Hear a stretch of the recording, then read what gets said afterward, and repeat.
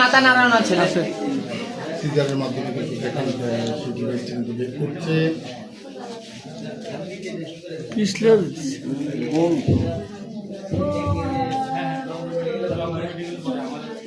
বেড়েছে ভাই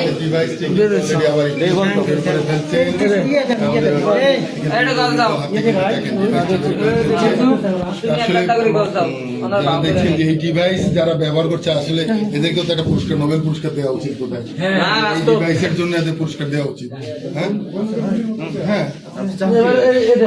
বের করার চেষ্টা আমরা এই যে দেখেন একটু কালো একটু অত্যাধুনিক